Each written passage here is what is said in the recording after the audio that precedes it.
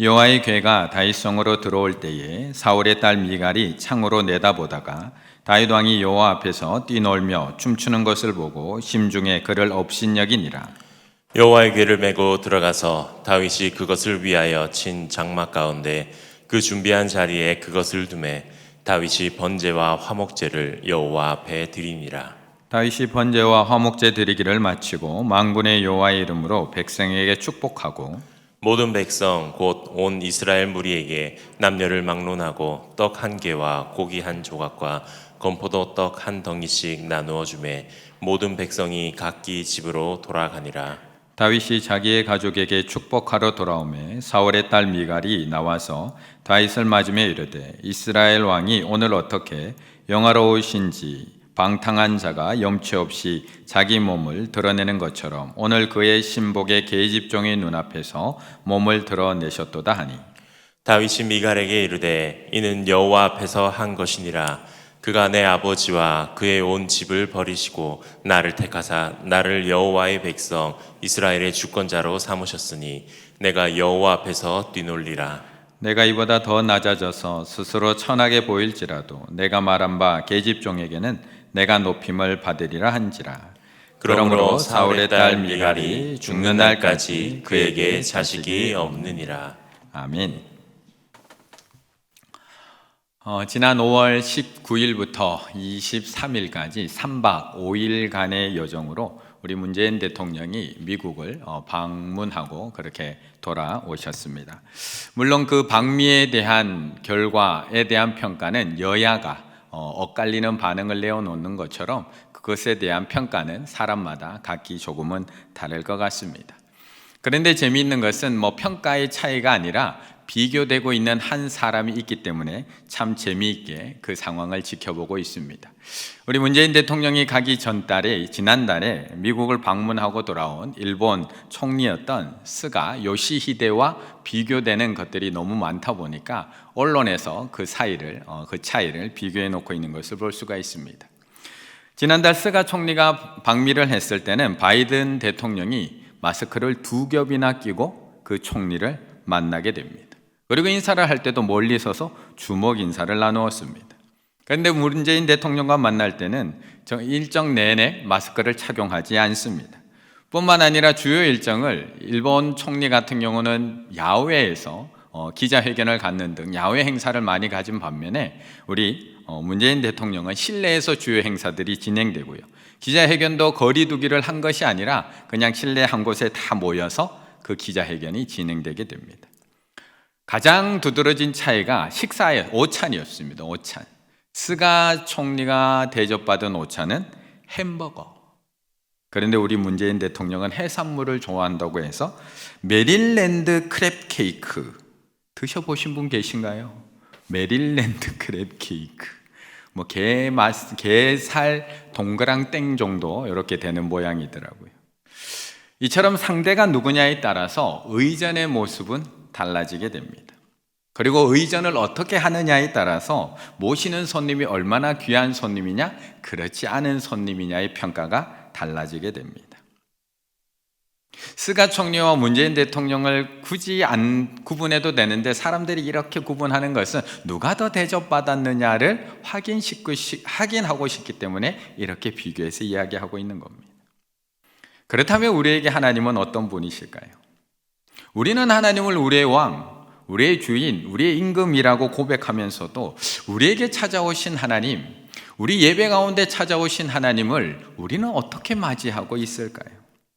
오늘 본문은 여호와의 궤가 다윗성 예루살렘 성으로 들어오는 장면을 우리에게 보여줍니다.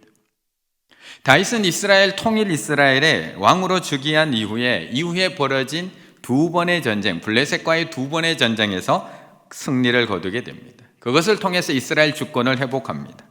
이제 난공불락인 예루살렘 성까지 함락을 했고 이제 이스라엘의 수도를 예루살렘으로 옮기는 것까지 이제 마무리했습니다.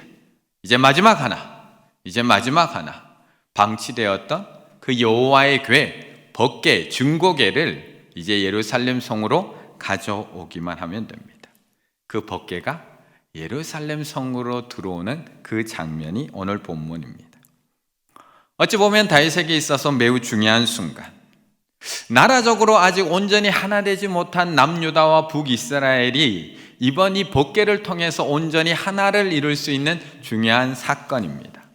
신앙적으로도 이제 이 나라 이스라엘에는 이 나라는 내가 왕으로 다스리는 것이 아니라 하나님이 왕으로 다스립니다 라는 것을 보여줄 수 있는 중요한 순간.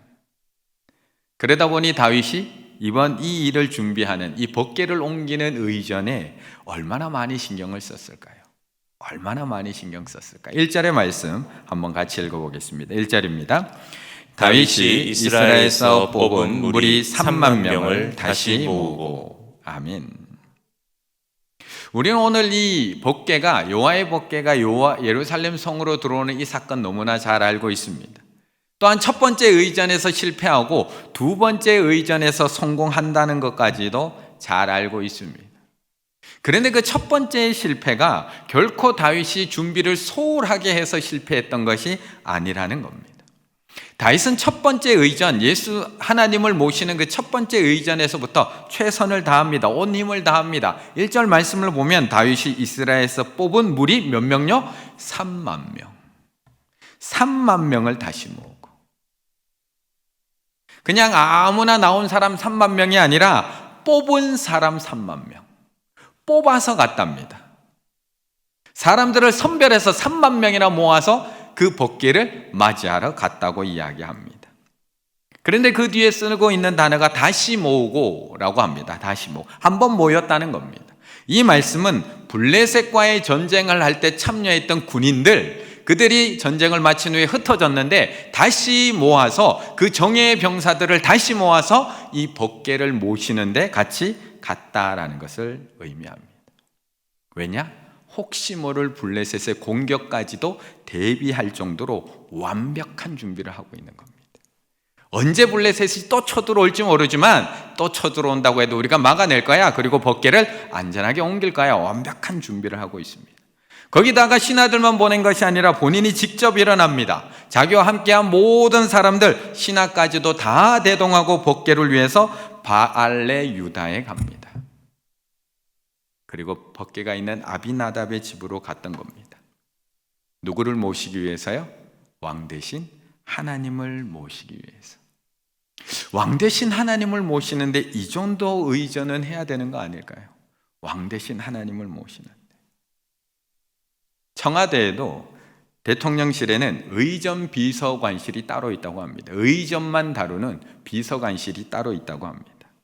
그곳에서 3년 반 정도 선임 행정관으로 역임했던 김혁겸 PD라는 사람이 이 의전의 세계에 대해서, 대통령 의전의 세계에 대해서 책을 썼는데 그 책에 이렇게 의전을 이렇게 표현하고 있습니다. 연평도에 대통령이 갔던 그 순간을 이렇게 이야기합니다. 준비가 끝나자 드디어 대통령을 태운 헬기가 연평도에 내렸다.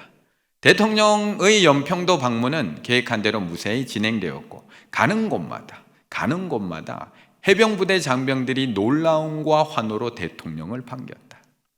외로운 서북단 섬에서 고생하던 이들에게 대통령의 방문은 분명 사기를 북돋아 주었을 것이다. 대통령이 오면 다들 환호합니다. 대통령이 오면 모든 장병들뿐만 아니라 연평도에 있던 시민들까지도 나와서 다 환영합니다. 아마 대통령이 충주까지만 오신다고 해도 아마 도로 신호등 통제될걸요. 아마 반갑게 맞이하는 시민들 다 거리로 나갈걸요. 손 들고 환영할걸요. 오늘 다윗이 뽑은 무리만 3만 명입니다. 지금도 3만 명이 나간다고 하면, 충주 시민 중에 3만 명이 나간다고 하면 어마어마한 숫자인데 이 당시만 해도 3만 명, 엄청난 숫자입니다. 거기다가 사람들만 나간 것이 아니라 악기 연주가 시작이 됩니다. 5절의 말씀을 보게 되면 다윗과 이스라엘 온 족속은 잣나무로 만든 여러 가지 악기와 수금, 비파, 소고, 앙금, 제금 여호와 앞에서 연주하니라. 첫 번째 의전이 소홀했던 게 아닙니다. 어떻게 보면 첫 번째 의전이 두 번째 의전보다 더 화려했습니다. 사람이 적은 것도 아닙니다. 3만 명이나 나갔습니다. 악기 연주가 부족했던 것도 아닙니다. 모든 악기 다 동원합니다. 훨씬 더 화려했습니다. 잘 준비된 인원만 3만 명, 온갖 악기와 연주 멈추지 않습니다. 그런데 놀라운 것은 하나님은 예루살렘 성으로 가지 않는다는 겁니다. 그 화려한 의전, 과도한 의전 속에서도 하나님은 우리 가운데 임재하지 않는다는 겁니다. 도리어 큰 사건이 일어나고 요아의 복귀를 모시기 위한 첫 번째 의전은 실패로 돌아가게 된 겁니다. 왜 이렇게 실패한 걸까요? 왜 이런 일이 벌어진 걸까?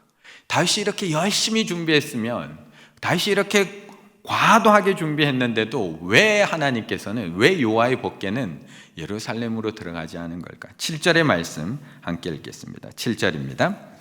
여호와 하나님이 웃사가 잘못함으로 말미암아 진노하사 그를 그곳에서 치시니 그가 거기 하나님의 궤 곁에서 죽으니라. 아멘.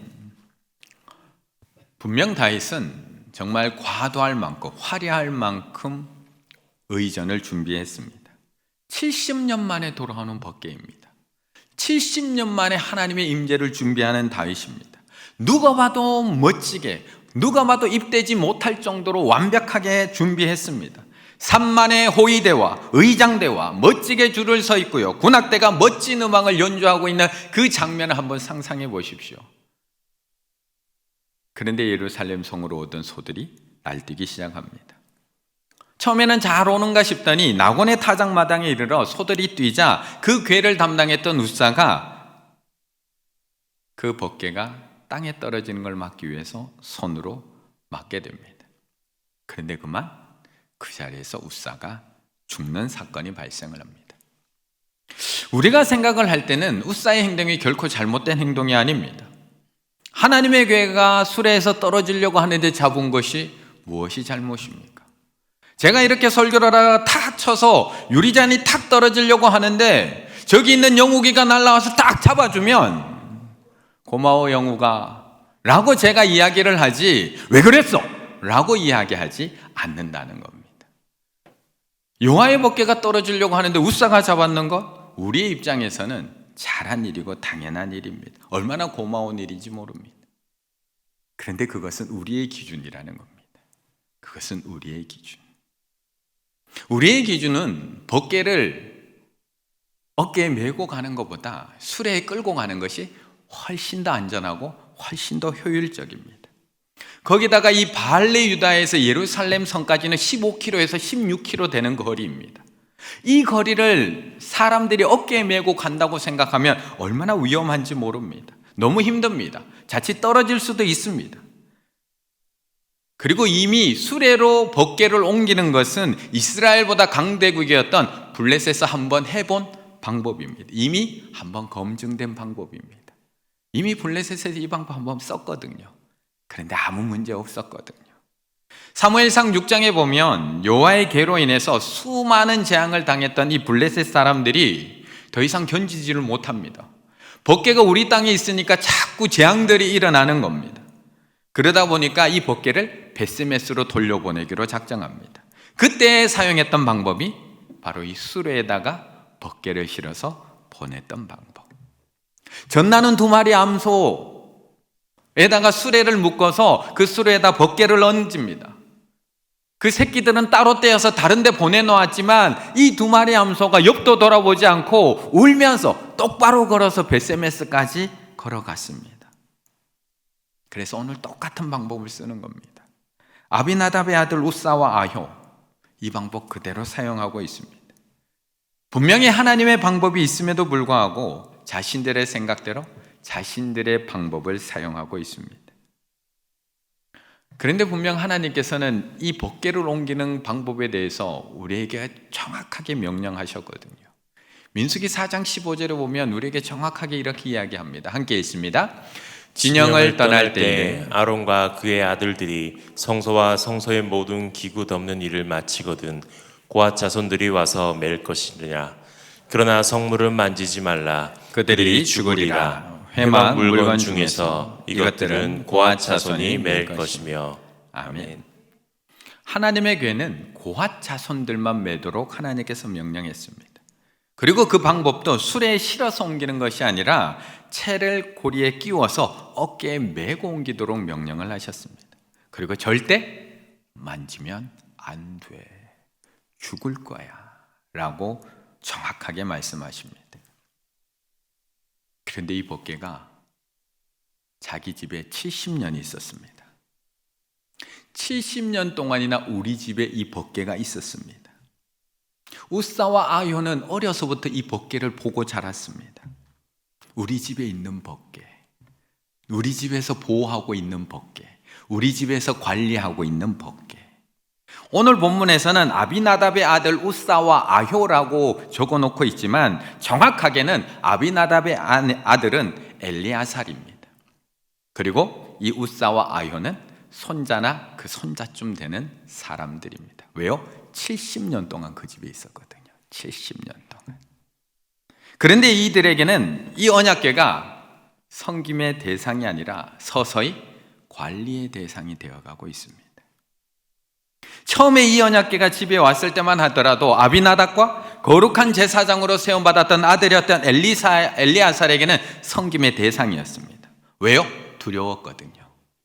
블레셋 사람들에게 재앙을 내리는 그 법궤를 보았을 때 두려움을 느꼈거든요. 그 안을 들여다봤던 벳세메스 사람 70명이 죽는 것을 보고 이 법궤는 두려움과 섬김의 대상이었거든요. 그런데 그의 손자들, 70년 동안이나 우리 집에 있었던 법궤를 보고 자란 손자들, 70년 동안이나 우리 집에서 보호하고 관리했던 그 법궤를 대하고 있는 이 손자들 우사와 아효에게는 이 법궤는 더 이상 섬김의 대상이 아니라 관리의 대상입니다. 관리의 대상. 우리도 너무 오랜 시간 예배를 드리다 보면, 너무 오랜 시간 예배를 반복하다 보면 어느새 타성에 젖은 우리에게 예배는 섬김의 시간이 아니라 관리의 시간으로 변해가기도 합니다. 이러한 이들의 마음 자세가 법궤를 옮기는 그 시작부터 드러나기를 시작하는 겁니다. 분명히 하나님께서는 어깨에 메고 가라고 명령을 하셨는데 관리 차원에서 안 맞거든요. 그러면 수레에다가 싣고 갈 수밖에 없습니다. 섬김의 대상이 아니라 관리의 대상이 되는 순간 하나님을 두려워해서 내가 섬기는 것이 아니라 내가 그것을 보호하고 관리해야 되는 입장이 되는 순간 자세가 달라집니다.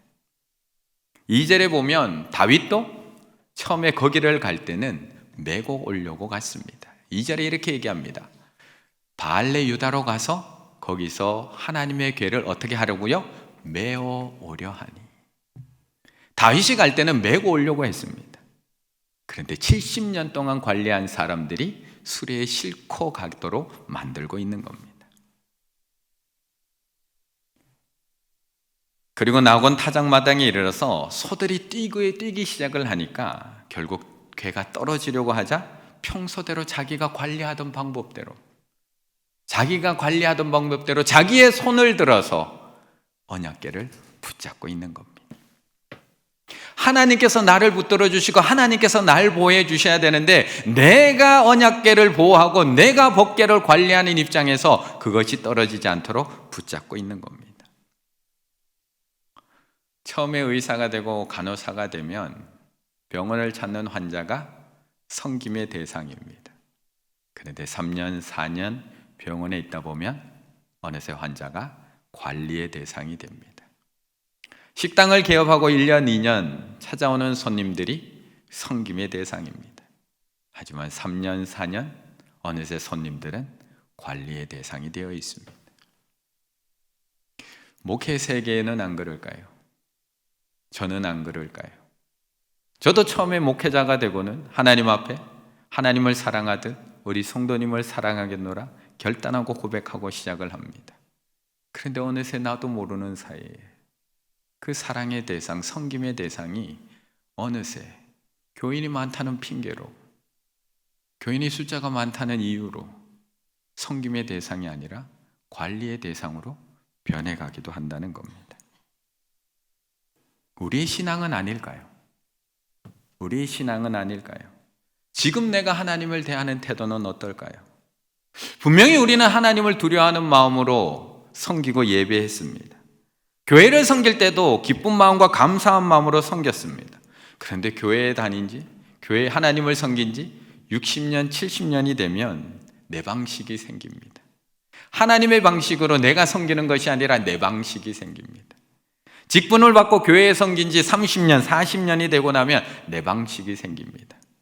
내 방식대로 되지 않으면 하기 싫습니다. 그게 우리들입니다. 그때부터 하나님은 섬김의 대상이 아니라 관리의 대상이 된다는 것입니다. 내가 하나님의 다스림을 받고 섬기는 것이 아니라 내가 하나님을 보호하고 관리하는 관리의 주체가 되어 있는 겁니다. 결국 하나님을 자기 식대로 관리했던 웃사는 그만 언약궤를 자신의 손으로, 평소 하던 대로 자신의 손으로 만짐으로 인해서 그 옆에서 죽게 됩니다. 그렇다면 이 두려운 언약궤 우리가 어떻게 모셔야 되는 걸까요? 이 두려운 언약궤, 우리 가운데 들어오시는 하나님, 우리가 어떻게 모셔야 될까요? 본 사람도 죽고 만진 사람도 죽고 다 죽는데 차라리 가까이 하지 않는 게 사는 방법 아닐까요? 차라리 가까이 하지 않는 것, 조금 거리 두고 살아가는 것이 우리가 마음 편하게 살아갈 수 있는 방법 아닐까요? 오늘 본문도 그런 한 사람이 등장합니다. 적당한 거리에서 구경하고 있는 한 사람. 16절의 말씀 함께 읽습니다. 16절입니다. 여호와의 궤가 다윗 성으로 들어올 때에 사울의 딸 미갈이 창으로 내다보다가 다윗 왕이 여호와 앞에서 뛰놀며 춤추는 것을 보고 심중에 그를 업신 여기니라. 아멘. 하나님의 궤는 가는 곳마다 많은 일을 일으킵니다. 누가 법궤를 옮기고 싶겠습니까? 가는 곳마다 재앙이 일어납니다. 여호와의 궤가 가는 블레셋 도시들마다 재앙이 임합니다. 아스돗에 갔을 때는 거기 있던 다곤 신전에 가져다 놨더니 그 다곤 신상이 넘어져서 다 부서지고 사람들에게는 독종이 임합니다. 다시 가드로 옮겨 놓았더니 거기에는 더 큰 환란이 일어나고 또 독종이 발생합니다. 도저히 견디지 못한 이 도시 사람들도 또 보냅니다. 에그론으로 옮겨졌다가 아까 전에 앞에 말씀드린 대로 암소 2마리에 실어서 베세메스로 보냈습니다. 그런데 베스메스 사람들이 그 안에 뭐가 있나 들여다봤다가 70명이 그 자리에서 죽습니다. 그리고 예루살렘에 옮기는 과정에서 웃사가 궤를 만졌다가 죽습니다. 그래서 두려운 마음의 다윗은 이 법궤를 여호와 레위 사람 오벳에돔의 집에 옮겨 놓았는데 놀랍게도 그 집에서는 재앙이 아니라 축복이 일어납니다. 달랑 3개월을 맡겨놨는데 오벳에돔의 집은 복을 받습니다. 어느 집에는 70년이나 모시고 살았는데 아비나답 집에는 70년이나 있었음에도 불구하고 복 받았다는 얘기가 단 한 줄도 나오지 않는데 달랑 3개월 70년 동안 관리한 집에는 아무런 복이 없었는데 달랑 3개월 섬긴 집에는 그 오벳에돔의 집에는 복이 임했다고 말씀하고 있습니다. 그걸 보고 다윗이 깨닫기 시작을 합니다. 그걸 보고 깨닫습니다. 하나님이 진노의 하나님이 아니라 우리가 하나님을 모시는 방법이 잘못되었구나. 하나님께서 아직도 화가 나 계신 것이 아니라 우리가 하나님의 방법이 아니라 내 방법, 우리의 방식대로 그 하나님을 모시고 있었구나. 하나님을 우리가 섬긴 게 아니라 우리가 하나님을 내 마음대로 관리하려고 했다는 것을 그때서 깨닫게 된 겁니다. 그래서 다윗이 방법을 바꾸는 겁니다. 법궤는 똑같습니다. 그런데 그것을 대하고 모시는 다윗의 방법을 바꿉니다. 과시하려고 하지 않습니다. 자신의 하나님을 보호하려고 하지 않습니다. 하나님의 방법대로, 하나님께서 정하신 방식대로 여호와의 궤를 예루살렘 성으로 다시 모셔드리기 시작을 합니다. 13절, 여호와의 궤를 맨 사람들이 6걸음 가매 다윗이 소와 살찐 송아지로 제사를 드리고. 얼마나 번거로운 방식인지 모릅니다. 얼마나 번거로운 방식인지 모릅니다. 그냥 온라인으로 예배드리면 얼마나 편합니까? 얼마나 번거로운 방식인지 모릅니다. 웃사의 방식대로 수레에 실어서 옮겼으면 얼마나 빠르고 얼마나 쉽게 옮길 수 있는 방법인지 모릅니다. 그런데 궤를 메고 옮기기 시작을 합니다. 거기다가 6걸음 가고 나면 하나님 앞에 제사 드린답니다. 16km를 걸어가야 되는데 6걸음 걸어가고 나면 제사를 드린답니다. 몇 번 제사 드렸을까요? 몇 번 제사 드렸을까요? 제가 쓸데없이 또 계산해 봤거든요. 2600번이 넘더라고요. 1m를 생각했을 때, 한 걸음을 1m로 생각했을 때 6m마다 제사를 드렸다면 2666번을 예배 드렸더라고요. 솔로몬이 1000번째 드렸다고 했는데 아버지는 더 많이 드린 거예요. 물론 그것이 횟수를 의미하는 것은 아니지만, 그보다 훨씬 더 번거로운 방식이지만 하나님께서 원하시는 방법으로 그 하나님의 언약궤를 예루살렘 성으로 모셔드리고 있습니다. 거기다 다윗은 옷까지 갈아입었습니다. 14절에 보게 되면 그때의 다윗이 배 에봇을 입었더라. 배 에봇을 입었더라. 이 배 에봇으로 갈아입은 것은 더 이상 내가 왕이 아니라는 것을 고백하는 행위입니다.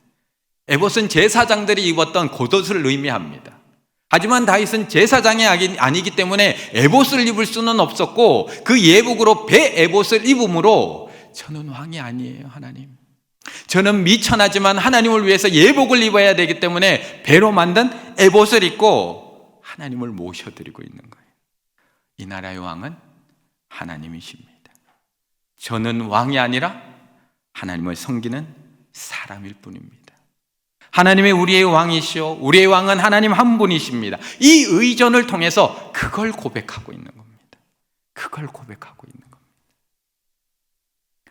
의전의 핵심이 무엇인가요? 누군가를 모셔드리는 것의 핵심, 화려하게 내가 폼나게 대접하는 게 의전의 핵심인가요? 내가 좋아하는 방법으로, 내가 선호하는 방식으로, 내가 좋아하는 음식을 대접하는 게 의전인가요? 지금까지 다윗이 하나님을 여호와의 궤를 모시려고 할 때는 자기가 왕이었습니다.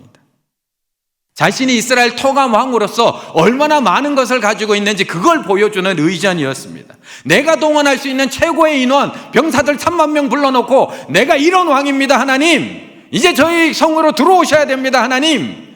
자신의 힘을 과시하는 의전을 했었는데, 이제 우사가 죽고 난 이후에 모시는 방식이 달라지고 있는 겁니다.